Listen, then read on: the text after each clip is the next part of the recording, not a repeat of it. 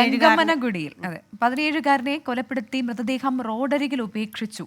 അബിഗരെ സ്വദേശി മഞ്ജുനാഥാണ് കൊല്ലപ്പെട്ടത്. വിവരങ്ങളുമായി അരുൺ പൂപ്പറമ്പയാണ് ചേരുന്നത് ബംഗളൂരുവിൽ നിന്ന്.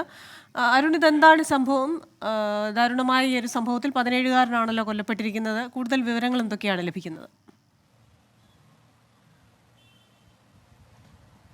ക്രിസ്റ്റീന, ഈ കൊലപാതകത്തിന്റെ കാരണമോ അല്ലെങ്കിൽ ഈ കൊലപാതകത്തിന് പിന്നിൽ ആരാണോ എന്നതിൽ നിലവിൽ പോലീസിന് ഒരു വ്യക്തതയില്ല.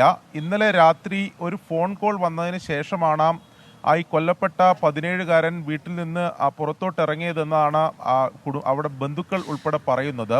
അതിനുശേഷം പിന്നീട് ഇന്ന് രാവിലെ ഇത്തരത്തിൽ റോഡരികിൽ കൊല്ലപ്പെട്ട നിലയിലാണ് ഈ 17-കാരനെ കണ്ടെത്തിയത്.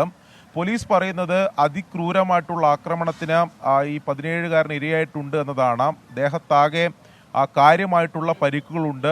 ആയുധം ഉപയോഗിച്ച് ക്രൂരമായി മർദ്ദിച്ചതിൻ്റെ ഉൾപ്പെടെ പരിക്കുകളുണ്ട് എന്നതാണ് പോലീസ് പറയുന്നത്. എന്തായാലും ഇതിൽ ഗംഗാവനമുടി പോലീസ് അന്വേഷണം ആരംഭിച്ചിട്ടുണ്ട്.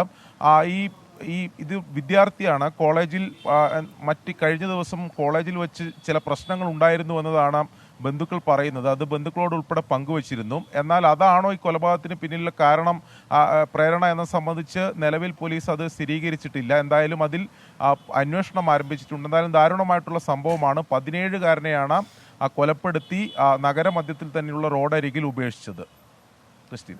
ശരി, വിവരങ്ങളുമായി ചേർന്നത് അരുൺ പൂപ്പറമ്പയാണ് ബംഗളൂരുവിൽ നിന്ന്.